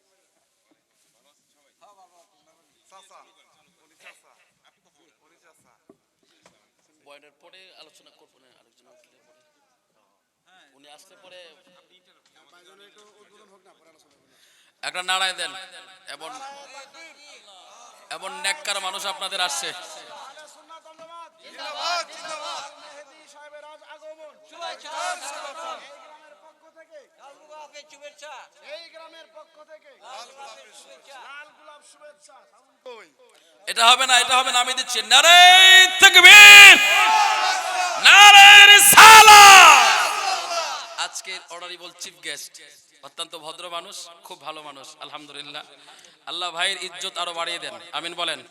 ভাইরা বাবারা বন্ধুরা, ও আমার ইব্রাহিমপুরের যুবক যুবকরে, আমির বিন আনাস রাহমাতুল্লাহ আলাইহি যখন ওই হাদিসের ক্লাসের মধ্যে বসে গেলেন, বসে যাওয়ার পরে তিনি এবার মন ভরে হাদিসের তালিম নিচ্ছেন। তালিম নেওয়ার পর আমির বিন আনাস রাহমাতুল্লাহ আলাইহি হাদিস যখন শেষ, দর্শ যখন শেষ হয়ে গেল, হাদিসের ক্লাস শেষ হয়ে গেল, আমির বিন আনাস রাহমাতুল্লাহ আলাইহি তাকায়া দেখলেন মানুষজন ওই ইমাম সাহেবের কাছ থেকে বিদায় নিচ্ছে, ছাত্ররা বিদায় নিচ্ছে, সবাই একে একে করে বিদায় নিয়ে চলে যাচ্ছে। আমির বিন আনাস রাহমাতুল্লাহ আলাইহি বিদায় নেন না। আমির বিন আনাস রাহমাতুল্লাহ আলাইহি উঠে আস্তে আস্তে করে ইমাম সাহেবের কাছে গেলেন। ইমাম সাহেবের কাছে যাওয়ার পর আমির বিন আনাস রাহমাতুল্লাহ আলাইহি তার চেহারার দিকে তাকায়া রইছে। ইমাম সাহেব ডাক দিয়া কই, কি ব্যাপার, আপনি আমার দিকে এমন ভাবে তাকিয়ে আছেন কেন? আমির বিন আনাস রাহমাতুল্লাহ আলাইহি বলেন, আপনার চেহারার দিকে তাকাইলে কেন জানি আমার মনে হয় আপনি আমার বড় আপন। আরে জোরে বলেন না সুবহানাল্লাহ। ইমাম সাহেব ডাক দিয়ে বলে, আপনার কাছে আমাকে বড় আপন মনে হয়, আপনি কে, আপনার পরিচয় কি? কই, আমার নাম হলো আমির বিন আনাস। সুবহানাল্লাহ। এবার তিনি বললেন, রে যুবক ইমাম, তোমাকে দেখে আমার বড় ভালো লেগেছে, আমার হৃদয়ের মধ্যে বড় শান্তি লেগেছে। আমি মুসাফির মানুষ, আমাকে যদি তোমার সাথে একটু সময় দিতা, তোমার সাথে আমি তোমার একটু বাড়িতে যাইতে চাই, তোমার সাথে তোমার মেহমান হতে চাই। এবার ইমাম সাহেব ডাক দিয়া কই, আপনার কোনো সমস্যা নাই, আমি আপনাকে আমার বাড়িতে নিয়ে যাব, কিন্তু আমার বাড়িতে আমার মা আছে, আমার মায়ের অনুমতি ছাড়া আমি আপনাকে বাড়িতে নিতে পারবো না। জোরে বলেন সুবহানাল্লাহ। এবার তিনি মসজিদ থেকে বের হলেন। বের হওয়ার পরে লোকদেরকে জিজ্ঞাসা করলেন, কি ব্যাপার, মসজিদের বাইরে আপনারা দাঁড়িয়ে আছেন কেন? লোকেরা ডাক দিয়া কই, আমাদের ইমাম সাহেব বের হবে, হুজুরের কাছ থেকে আমরা পরা পানি নিব, দোয়া নিব, হুজুর আমাদের জন্য দোয়া করবে, এই জন্য আমরা শত শত মানুষ দাঁড়িয়ে আছি। এবার তিনি বললেন, এই লোকের নাম কি বলেন? এবার ওই লোকেরা, ওই মুসল্লিরা সবাই ডেকে বললেন, আপনি কি জানেন না ওনার নাম? আপনি শুনেন না? উনি হলেন এই জামানার সবচাইতে বড় জ্ঞানী ব্যক্তি, ওনার নাম, উনি হলেন বড় দার্শনিক, উনি হলেন বড় হাদিস বিশারদ, ওনার নাম হলো ইমাম মালিক রাহমাতুল্লাহ আলাইহি। জোরে আওয়াজ করে বলেন আল্লাহু আকবার, আল্লাহু আকবার। ইমাম মালিক যেই কথাটা শুনলেন আমির বিন আনাস বড় অবাক হয়ে গেল। যার কথা হাদিসের কথা, যার কথা কুফা নগরী পর্যন্ত আলোচনা হয়, যার কথা আরব আমিরাতে আলোচনা হয়, ইনি সেই ইমাম মালিক। ইমাম মালিক তো বড় আশিকে রাসূল, জুড়ে বলেন আল্লাহু আকবার। আরে কেমন আশিকে রাসূল ইমাম মালিক! আরে আল্লাহর ওলিরা কেমন হয়, কেমন চরিত্রের হয় শোনো। ও আমার ইব্রাহিমপুরের মুসলমান রে, আল্লাহর ওলিরা কেমন হয় ভালো করে শুনে নাও। ইমাম মালিক রহমতুল্লাহ আলাইহি যখন শেষ বয়সে আসলেন, ইনি মক্কা মদিনা ছেড়ে মক্কায় আসতে চায় না, হজে আসতে চায় না। ইনি বড় চিন্তায় পড়ে গেল, আমি যদি মক্কায় চলে যাই, আমার যদি মদিনাতে আমার মরণ না হয়, আমি নবীর দেশে যদি না থাকতে পারি, মনের ভিতরে চিন্তা, নবীর কতটা ভালোবাসা অন্তরে থাকলে এই চিন্তা হয়। এবার ইমাম মালিক রাতের বেলায় যখন ঘুমাইলেন, রাতের বেলায় ঘুমানোর পরে এনার এই স্বপ্নের ভিতরে হযরতে আজরাইলের সাথে মোলাকাত হয়ে গেল। একটু জোরে আওয়াজ করে বলবেন নি আল্লাহু আকবার। রে ইব্রাহিমপুরের মুসলমান রে, আল্লাহর ওলিরা আজরাইলের সাথে দেখা হয়। আপনার সাথে দেখা হইলে জীবন শেষ, কথা কোন ঠিক কিনা? আজরাইলের সাথে আপনি আমার দেখা হইলে জীবন শেষ, কিন্তু আল্লাহর ওলিদের সাথে দেখা হইলে আল্লাহর ওলিরা শেষ হয় না। এখানে আপনার আর আমার আর আল্লাহর ওলিদের মধ্যে ব্যবধান, কথা বুঝতে পারছেন? তো আল্লাহর ওলিদের ইজ্জতের চাদর ধরে কেউ টান দিলে এটা আমরা সহ্য করতে পারি না। এবার ইমাম মালিক রহমতুল্লাহ আলাইহি, এবার যখন ইমাম মালিক রহমতুল্লাহ আলাইহি তাকায়া দেখলেন আজরাইল, এবার আজরাইলকে প্রশ্ন করলেন, ভাই আজরাইল, আমি তোমার সাথে একটু কথা বলতে চাই। এবার কি কথা বলতে চান? ইমাম মালিক রহমতুল্লাহ আলাইহি বলেন, আজরাইল, তুমি তো মানুষের জান কবজ করো রে ভাই আজরাইল। ও আজরাইল, আমি জানতে চাই আমার মরণটা কখন হবে। যদি তুমি বইলা দিতা, আমি একটাবার যায় হজ করে আসতাম, মক্কায় ঘুরে আসতাম, আল্লাহর ঘরটা তাওয়াফ করে আসতাম। আজরাইল আলাইহিস সালাম সাথে সাথে 5টা আঙ্গুল দেখাইলেন, জোরে বলেন সুবহানাল্লাহ। ইন্নাল্লাহা ইয়ামুরুকুম আন তুআদ্দুল আমানাতি ইলা আহলিহা, জোরে আওয়াজ করে বলেন আল্লাহু আকবার। এবার যখন 5টা আঙ্গুল দেখাইলেন, দেখানোর পরে ইমাম মালিক রহমতুল্লাহ আলাইহি ঘুম ভেঙে গেল। ঘুম ভাঙার পরে চিন্তা করলেন, আজরাইল আমারে 5 আঙ্গুল দেখাইলো, আমি কি 5 দিন বাঁচবো, 5 মাস বাঁচবো, 5 বছর বাঁচবো, না 5 মিনিট বাঁচবো, কোনোটাই তো বুঝলাম না, কথা কোন ঠিক কিনা? বড় চিন্তায় পড়ে গেল। এবার স্বপ্নের ব্যাখ্যা, স্বপ্নের তাবির কে দিবেন? ওই জামানার মধ্যে একজন আল্লাহওয়ালা ব্যক্তি ছিলেন ইমাম ইবনে সিরিন রাহমাতুল্লাহ আলাইহি, যিনি স্বপ্নের ব্যাখ্যা দিতেন, স্বপ্নের তাবির দিতেন। ইমাম মালিক রাহমাতুল্লাহ আলাইহি ওনার ছাত্রকে পাঠায়া দিল, যাও ইবনে সিরিনের কাছে যায় বলো, একজন আল্লাহওয়ালা ব্যক্তি, একজন আল্লাহর বান্দা, ইনি স্বপ্নে দেখেছে আজরাইলকে। আজরাইল 5টা আঙ্গুল দেখাইছে, এটার ব্যাখ্যা কি? এই ব্যাখ্যাটা বলে দাও, কিন্তু তুমি আমার নাম বলতে পারবা না। জোরে বলেন সুবহানাল্লাহ, আরো জোরে বলেন আল্লাহু আকবার।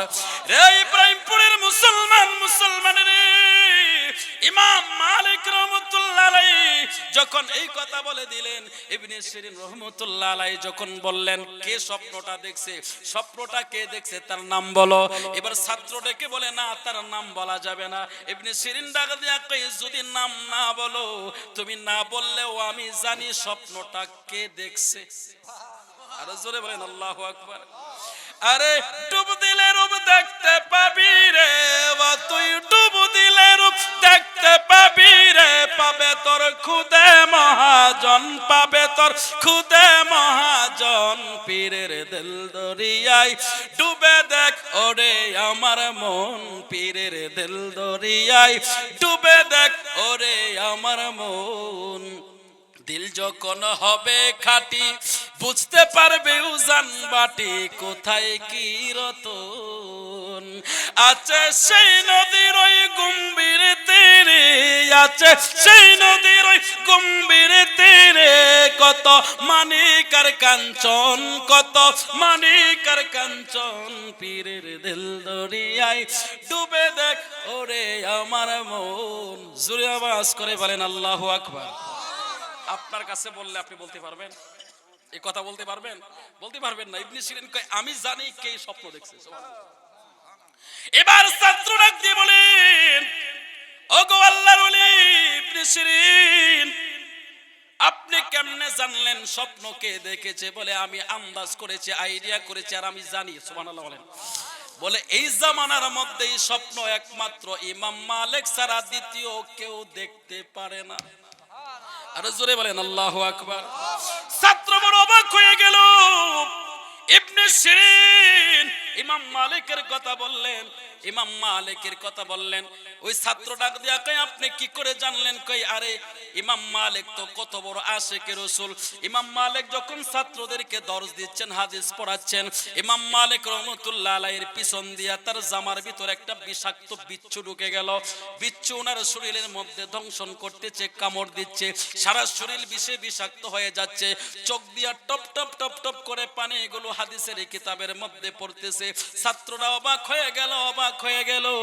ছাত্ররা ডাক দেয়া কয় উস্তাদ যে জীবনে কতদিন আপনার কাছে দর্শ দিলাম, হাদিস পড়লাম, কি ব্যাপার আজকে আপনি এমন ভাবে কান্নাকাটি করতেছেন? উস্তাদ কথা বলে না। হাদিস পড়ানো কমপ্লিট করার পর ইমাম মালিক ডাক দেয়া কয় দেখো তো আমার জামার ভিতরে কি। এবার যখন ছাত্ররা জামাটা টান দিল, টান দেওয়ার পরে দেখে ইমাম মালিকের পিঠের মধ্যে শতাধিক কামড়ের দাগ। জোরে বলেন আল্লাহু আকবার। এ মুসলমান, আল্লাহর ওলি এমনি এমনি আল্লাহর ওলি হয় না, এমনি এমনি আল্লাহর ওলি হয় না। ছাত্ররা ডাক দিয়া কয় উস্তাদজি যখন বিচ্ছু প্রথম কামড় দিয়েছে তখনই তো আপনি হাদিস বন্ধ করে দিতে পারতেন। ইমাম মালিক কই আমি কেমনে হাদিস পড়ানি বন্ধ করে দিব?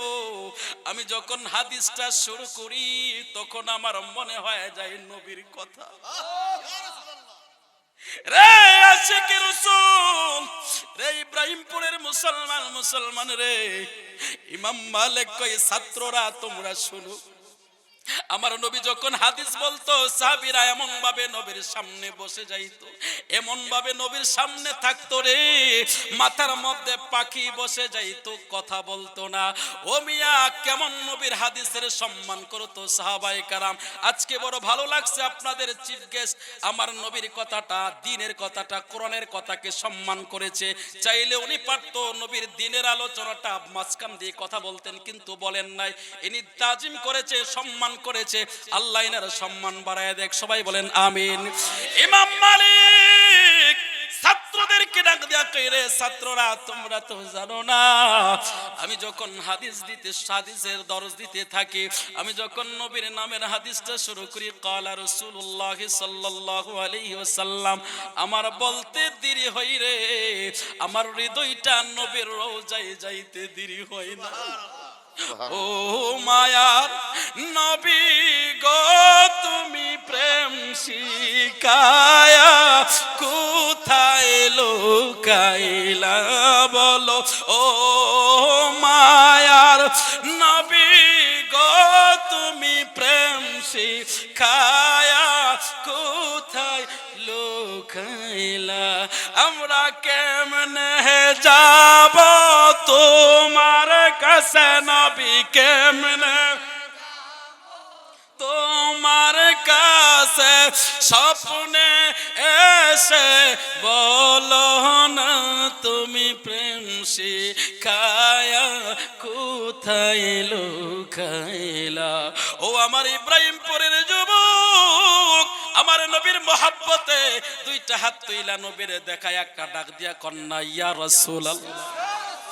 রে বন্ধু, বন্ধু রে, এটা তো ইমাম মালিকের কথা। আমার বাংলাদেশের নোয়াখালীর জন্ম সদরউদ্দিন নামে একজন মুন্সি ছিল, যার কথাটা আমি আপনাদেরকে এক মিনিটে শোনায় দেই। সদরউদ্দিন মুন্সি ইনি এক মাহফিলের মধ্যে বসা, ওই মাহফিলের মধ্যে কলকাতা আলিয়া মাদ্রাসার হেড মুহাদ্দিস আলোচনা করতেছিলেন। এবার সদরউদ্দিন মুন্সি ওই মাহফিল থেকে বসে হঠাৎ করে দাঁড়ায়া গেল। দাঁড়ায়া যাওয়ার পরে সদরউদ্দিন মুন্সি ডাক দিয়া কই হুজুর আল্লাহর রাস্তে ক্ষমা করবেন, আপনার এই হাদিসটা বল। জোরে বলেন সুবহানাল্লাহ। কলকাতার আলিয়া হেড মাদ্রাসার হেড মুহাদ্দিস তিনি ডাক দিয়া কই রে বেটা তুমি মাঝখান থেকে দাঁড়াইলা, তোমার কোয়ালিটি কি? তুমি আমাকে বল ধরতে আসছো, তুমি কোন মাদ্রাসার মুহাদ্দিস? সদরউদ্দিন মুন্সি ডাক দিয়া কই হুজুর গুস্তাকি মাফ করবেন, আমি কোন মুহাদ্দিস না, আমি কোন মুহাদ্দিস না, আমি হইলাম একটা মক্তবের হুজুর। সুবহানাল্লাহ।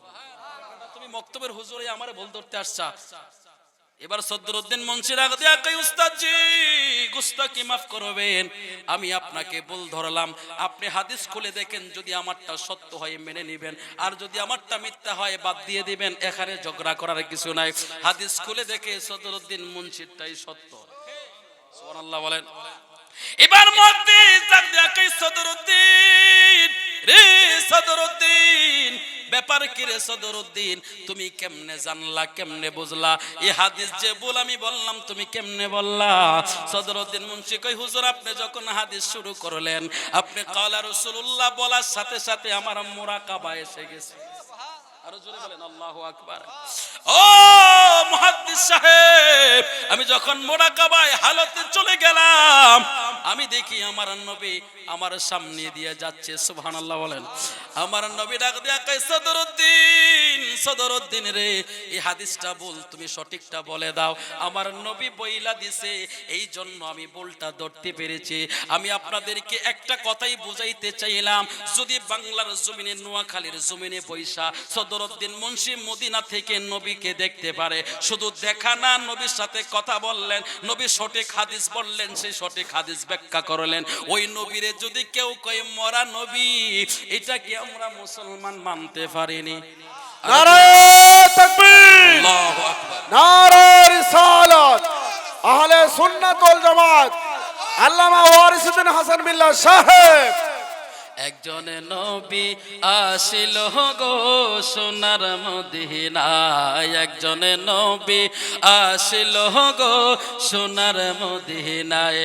ওরে যার প্রেমেতে মজনু হলো, যার প্রেমেতে মজনু হলো খুদের বানায়, একজন নবী আসিল গো সোনার মদিনায়, একজন নবী আসিল গো। ওরে যাহারা গমনের তরে, ওরে কাবা ঝুঁকে সিজদা করে, আল্লাহু আকবার, ওরে তিনিই আমার নূরের নবী শাহে মদিনা, একজন নবী আসিল গো সোনার মদিনা, একজন নবী আসিল গো সোনার মদিনা। ডান হাতটা উঁচু করে নবীর মোহাব্বতের বলেন না ইয়া রাসূলুল্লাহ। ইমাম মালিক রহমতুল্লাহ আলাইহি ছাত্রদেরকে ডাক দিয়া কয়, ছাত্ররা শোনো, আমি যখন আমার নবীর হাদিসটা শুরু করে দেই, আমি আর তোমাদের সামনে থাকি না, আমার হৃদয়টা চলে যায় মদিনায়। আরো জোরে বলেন আল্লাহু আকবার। এরে আল্লাহর ওলিরা এমনই হয়, এমনই হয়। ইমামে আযম আবু হানিফা রাহমাতুল্লাহ আলাইহি একদিন যখন মক্কায় আসলেন, মক্কা থেকে মদিনায় গেলেন, যাওয়ার পরে ইমাম মালিক রহমতুল্লাহ আলাইহি দেখেন হাদিসের দর্শ দিচ্ছেন, হাদিসের দর্শের মধ্যে তিনিও বসে গেলেন। বসে যাওয়ার পর ইমাম মালিক রহমতুল্লাহ আলাইহি একটা প্রশ্ন করলেন, বড় কঠিন প্রশ্ন, এবার কেউ জবাব দিতে পারে না। পাশে বসে আছেন ইমামে আযম আবু হানিফা রাহমাতুল্লাহ আলাইহি, তিনি একটা ছাত্রকে ডাক দিয়া বললেন, তুমি বলে দাও জবাবটা এই। সুবহানাল্লাহ। ছাত্র দাঁড়ায় কয়, উস্তাদ জি জবাবটা হলো এই। সাথে সাথে ইমাম মালিক ডাক দিয়া কয়, এই প্রশ্নের জবাব দেওয়ার ক্ষমতা তোমার নাই, এটা আমি জানি, তুমি কেমনে জবাব দিলা? তিনি বলে, আমি জবাব দেই নাই, আমারে শিখাইয়া দিছে। বলে কে শিখাইছে? কই মুরব্বি। সুবহানাল্লাহ। ইমাম মালিক সঙ্গে সঙ্গে স্টেজ থেকে নেমে গেলেন। নেমে যাওয়ার পরে জিজ্ঞাসা করলেন, কি ব্যাপার, আপনার নাম কি, আপনার পরিচয় কি? কই আমার নাম হলো নুমান বিন সাবিত। সুবহানাল্লাহ। বলে আপনি কি সেই ইমামে আযম? সুবহানাল্লাহ।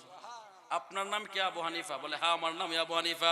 এবার ইমাম মালিক কই, আপনারে বহুদিন পরে পাইছি, শুধু আপনার কথাই শুনে গেলাম, আজকে আপনাকে আমি মেহমানদারি করব, আমার বাড়িতে নিয়ে যাব। ইমামে আযম ডাক দিয়া কই, মালিক তোমার বাড়িতে যাওয়ার সময় আমার নাই, যদি সম্ভব হয় তাড়াতাড়ি করে আমার এখানে চা নাস্তা খাওয়ায় বিদায় দাও। ইমাম মালিক কই, কেন কেন? ইমামে আযম ডাক দিয়া কই, মালিক রে, এই জন্য আমি তাড়াতাড়ি করে আমার দেশে চলে যাইতে হবে, এই জন্য চলে যাব। বলে কিসের জন্য? ওই আজকে 3 দিন হলো আমি মক্কা মদিনায় আসলাম, 3 দিনের ভিতরে আমার প্রস্রাব পায়খানা বন্ধ, আমি যতক্ষণ পর্যন্ত বাড়িতে না যাব ততক্ষণ প্রস্রাব পায়খানা হবে না। ইমাম মালিক কই, কি ব্যাপার, কেন, কি অসুবিধা, আপনার কি অসুখ? ইমামে আযম ডাক দিয়া কই, মালিক রে, মালিক আমার কোনো অসুখ না, এটা আমার ঈমানের কথা। ইমাম মালিক ডাক দিয়া কই, কি ব্যাপার, কি কথা শুনাইলেন? ইমামে আযম ডাক দিয়া কই, মালিক শুনো, আমি যেই জায়গার মধ্যে প্রস্রাব করতে বসি, আমার তখন মনে হয় রে এই জমিনের মধ্যে আমার নবী হাঁটছে।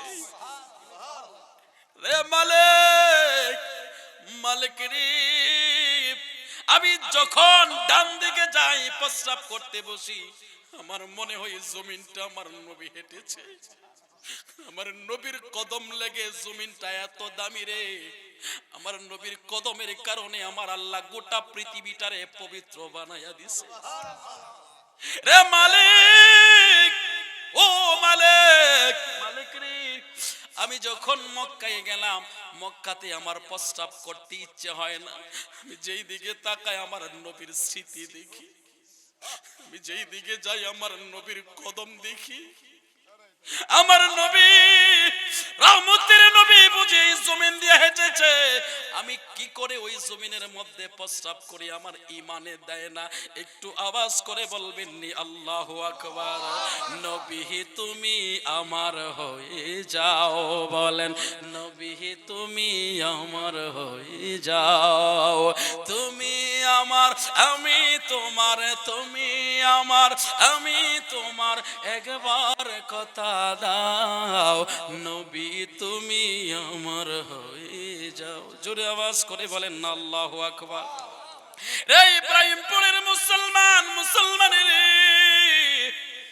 পাকিস্তানের কবি ইকবাল ডেকে বলে কি মোহাম্মদ সে ওয়াকিব तूने तू हम तेरे है ए जहाँ चीज है क्या लोह कलम तेरे है। जोरे आवाज करे बोलें अल्लाहु আকবার। আল্লামা ইকবাল বলে ইয়া রাসূলুল্লাহ, আমি আপনার প্রশংসা কি লিখব, আপনার প্রশংসা আমি কি করব। तूने हम तू तेरे है, আপনার প্রশংসা আপনি নিজে। সুবহানাল্লাহ। ইয়া রাসূলুল্লাহ, আসমান আর জমিনের মধ্যে এমন কোন বস্তু নাই যে বস্তু দিয়ে আমি আপনার প্রশংসা করতে পারি, আপনার উপযুক্ত কিছুই দেখি না। ইয়া রাসূলুল্লাহ, আপনার প্রশংসা আপনি নিজে। ও মিয়া ইমামে আযম ডাক দিয়া কই মালিক, মালিক রে, আমার যখন প্রস্রাবের বেগ হয় আমি বসতে যাই, দেখি আমার নবীর পায়ের কদমের ছাপ লেগে আছে মনে হয়। এই জন্য আমি মক্কা থেকে ঘুরলাম, আমি মক্কাতে ঘুরলাম, প্রস্রাব করতে পারলাম না। মদিনায় আইসা তো আমার প্রস্রাব আরো বন্ধ হয়ে গেছে। জোরে বলেন সুবহানাল্লাহ। আমারে তাড়াতাড়ি করে বিদায় দাও, আমি চলে যাব। ইমামে আজম কেমন আশিকে রাসূল ছিলেন, আল্লাহর ওলিরা কেমন হয়, কেমন নবীর পাগল হয় রে, কেমন ইমানদারওয়ালা হয়, কেমন ইমানওয়ালা হইলে আল্লাহর ওলি হয়। ইমামে আজম রহমাতুল্লাহ আলাইহির কথা আমি আপনাদেরকে বিস্তারিত বাকি কথাটা শুনাইতে পারলাম না। ইমাম মালিক রহমাতুল্লাহ আলাইহি ওই মুরব্বি যে বলছিল তোমার বাড়িতে আমি মুসাফির হব, এই কথাটাই শেষ কথাটা আমি আপনাদেরকে বলে দেই। ইমাম মালিক রহমাতুল্লাহ আলাইহি যখন ওই মুরব্বি মুসাফিরকে নিয়ে বাড়ির দিকে রওনা হচ্ছে, এবার ইমাম মালিক রহমাতুল্লাহ আলাইহি বারবার করে মুরব্বির চেহারার দিকে তাকায়, মুরব্বির চেহারার দিকে তাকায়, আর কেন জানি মায়া লাগে, কেন জানি মায়া লাগে। মুরব্বি ডাক দিয়া কই কি ব্যাপার যুবক, তুমি বারবার আমার চেহারার দিকে তাকাও। এবার ওই ইমাম মালিক রহমাতুল্লাহ আলাইহি বলে আপনার চেহারার দিকে তাকাইলে কেন জানি মনে হয় আমার হজের সওয়াব হবে। আরো জোরে বলেন না সুবহানাল্লাহ। আমার নবী হাদিস শরীফের মধ্যে বলেন মা মিন ওয়ালাদিন বারি ইয়ানজুরু ইলা ওয়ালিদাইহি নাযরা রাহমা। জোরে বলেন আল্লাহু আকবার। আমার নবী কয় কেউ যদি পিতা মাতার দিকে একবার নেক নজরে তাকায়, আমার আল্লাহ তার আমলনামার মধ্যে একটা কবুল হজের সওয়াব দান করে দেয়। জোরে আওয়াজ করে বলেন আল্লাহু আকবার। এবার জোরে বলেন না ইয়া রাসূলুল্লাহ, মা কেন এত দামি জানে না সকলে, বলেন বাবা কেন এত দামি জানে না সকলে, জানতো যদি পড়তো দেখে কোরআন হাদিস খুলে, একটি হাজার সওয়াব মিলে, একটি হাজার সওয়াব মিলে মাকে একবার দেখিলে। আল্লাহু আকবার। জোরে বলেন আল্লাহু আকবার। আপনি মক্কায় যেতে পারবেন, মদিনায় যেতে পারবেন, হজ করতে পারবেন, কবুল হওয়ার মধ্যে গ্যারান্টি নাই, কিন্তু নবীর হাদিস প্রমাণ করে মায়ের চেহারার দিকে, বাবার চেহারার দিকে কেউ যদি তাকায়, আমার নবী কয় কবুল হজের সওয়াব 100 বার তাকাইলে 100টা হজের সওয়াব। আমরা সেই মা বাবার তাজিম করতে চাই কি চাই না? নারায়ে চাই কি চাই না?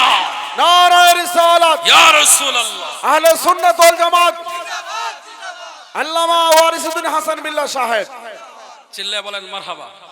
ওইদিকে যাচ্ছি না। ইমাম মালিক বলে আমি কেন জানি আপনার চেহারার দিকে তাকাইলে মনে হচ্ছে আমি হজের সওয়াব পাচ্ছি। আর জোরে বলেন সুবহানাল্লাহ। আমির বিন আনাস ডাক দিয়া কই মালিক, রে মালিক কিন্তু তোমার চেহারার দিকে তাকাইলেও কেন জানি মনে হয় আমার সন্তানের তৃপ্তি পাচ্ছি। রে যুবক যুবকেরে, বাবা কেমন দর, যারা বাবা নাই তারে জিগায়ও বাবা কেমন জিনিস। এক্সাম্পল স্বরূপ আধা মিনিটের ভিতরে একটা কথা বলে উদাহরণ স্বরূপ আমি শেষ করে দিচ্ছি, একটু শুনেন। আপনি যখন বিবাহ বাড়িতে যাবেন, বিবাহের দিন আপনি তাকায়া দেখবেন, বিবাহের মধ্যে সারা বাড়িতে মানুষ আনন্দ আনন্দ, সবাই আনন্দ করতেছে। আপনি শুধু বিবাহের দিন বাবার চেহারাটার দিকে তাকাইবেন, সবাই আনন্দ করে, বাবা খালি লুকোচুপি করে। বাবা সমস্ত বাজার ঘাট করলো, সব কিছু করলো।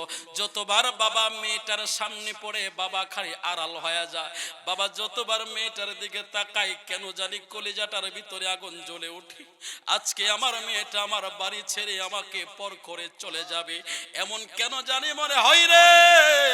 রে ইব্রাহিমপুরের মুসলমান, ও ইব্রাহিমপুরের বোনের আমি অনুরোধ করে বলি, রে বোন, ও বোন, তোমার বাবা তোমার জন্য শ্রেষ্ঠ নিয়ামত। বাবার অনুমতি ছাড়া অন্য ছেলের হাত ধরে চলে যায় না। বিবাহের দিন সকল মানুষ আনন্দ করে, বাবা খালি লুকোচুপি করে, লুকোচুপি করে। বাবা মেয়েটার দিকে তাকাইলেও কেন জানি কলিজায় আগুন জ্বলে যায়। এরে বিবাহের দিন সবাই আনন্দের সাথে খায়, সবাই খায়, কিন্তু বাবার কেন জানি গলা দিয়া খাবার নামে না। কথা বলেন ঠিক কিনা? রে ইব্রাহিমপুরের যুবক, ও আমার ইব্রাহিমপুরের বোন, একটু ভালো করে শোনো রে বোন। ওই বাবার অনুমতি ছাড়া অন্য ছেলের হাত ধরে চলে যায়ও না। বাবা বিবাহের দিন যখন মেয়েটারে বিদায় দিতে যায়, মামা যায়, চাচা যায়, অন্যান্য আত্মীয় স্বজন যায়, সবাই তো বিদায় দেয়, সবাই গাড়ির সামন থেকে ফিরে আসে, কিন্তু বাবার দিকে তাকায় রে। বাবা খালি পিছনে ফিরে ফিরে চোখের পানি মুছে আর কলিজার ভিতরে আগুন জ্বলা, যন্ত্রণার আগুনে বুকে। কথা বলেন ঠিক? আরে আমি এমন বাবা দেখেছি, গাড়ি থেকে মেয়েটারে বিদায় দিয়া মামা ফিরে আসলো, চাচা ফিরে আসলো। আমি অনেক বাবারে দেখছি আপসেট হয়ে যায়, বাবারে হই চাচা না হই মামা কাঁদে করে করে আনে। কথা বলেন ঠিক? রে একটা বাবা কেমন নিয়ামত, যার বাপ নাই তার জিগায়ও বাপ যে কত বড় নিয়ামত।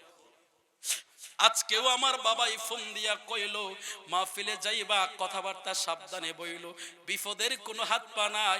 আমার একটা বিপদের কথা শুন। আমার একটা অ্যাক্সিডেন্ট হয়েছিল, আমি যখন বাড়িতে ফোন দিছি, আমার বাবা মনে হয় পাগল হয়ে গেছে। আমার তখন মনে হইছে, আল্লাহ, এই নিয়ামত যার নাই সে বুঝবে না, এই নিয়ামত যে কত বড় নিয়ামত। বাড়ি থেকে আসার সময় গাড়ির পিছন দিয়া তাকায়া দেখি, যতক্ষণ পর্যন্ত গাড়িটা দেখা যায় বাপটা রাস্তায় দাঁড়ায়া থাকে, তখন গাড়ির ভিতরে কান্না চলে আসে। আল্লাহ রেখে, আল্লাহ, এই বাবা যেদিন চলে যাবে, আমি হাসান বিল্লার জন্য পিছনে, গাড়ির পিছনে আর কেউ দাঁড়ায়া থাকবে না। রে যুবক, সে বাবা তোমার বড় নিয়ামত রে। ওই বাবা বুড়া হয়ে গেলেও ওই বাবা তোমার জন্য কিছু করতে পারো আর না পারো, তোমার বিপদের কথা শুনে সেজদায় পড়ে মসজিদে চোখের পানি পায় আল্লাহর কাছে দরখাস্ত জানাবে। রে যুবক, ওই বাবার সাথে তোমরা খারাপ আচরণ কইরো না। যার বাবা নাই, এখানে যারা বসে আছে দেখেন, কলিজার ভিতরে যখন বাবার চেহারাটা বেশি ওঠে আগুন জ্বলে ওঠে। রে ইব্রাহিমপুরের মুসলমান, আলোচনা খালি লম্বা হয়ে যা, শর্ট করে দিচ্ছি। ইমাম মালিক কই, কেন জানি আপনার দিকে তাকাইলে আমার মনে হয় আমি যেন বাবা দেখার স্বাদ পাচ্ছি। ইমাম মালিক রহমতুল্লাহ আলাইহি, শেষ হয়েছে আর যাব না। ইমাম মালিক কয়, কেন জানি আপনার দিকে তাকাইলে আমার বাবা দেখার স্বাদ মিটে। ইমাম আমির বিন আনাস রাহমাতুল্লাহ আলাইহি বলে, আমিও তোমার দিকে তাকাইলে কেন জানি মনে হয় আমার কলিজার ধন মনে হচ্ছে তোমাকে দেখছি।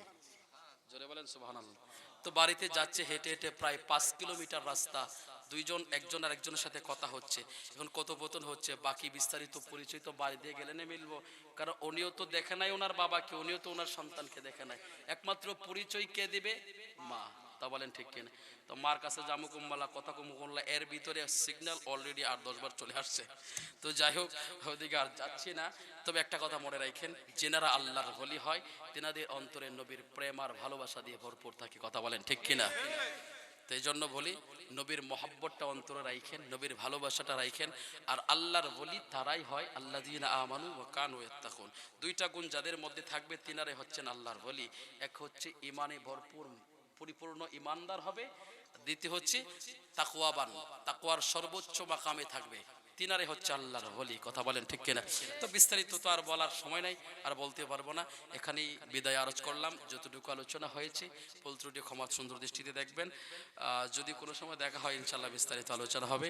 আমি এখানে আমার অসমাপ্ত আলোচনা সমাপ্ত করে আজকের মতো বিদায় নিচ্ছি। আসসালামু আলাইকুম ওয়া রাহমাতুল্লাহি ওয়া বারাকাতুহু। আপনি একটু বসে দেন ভাইজান।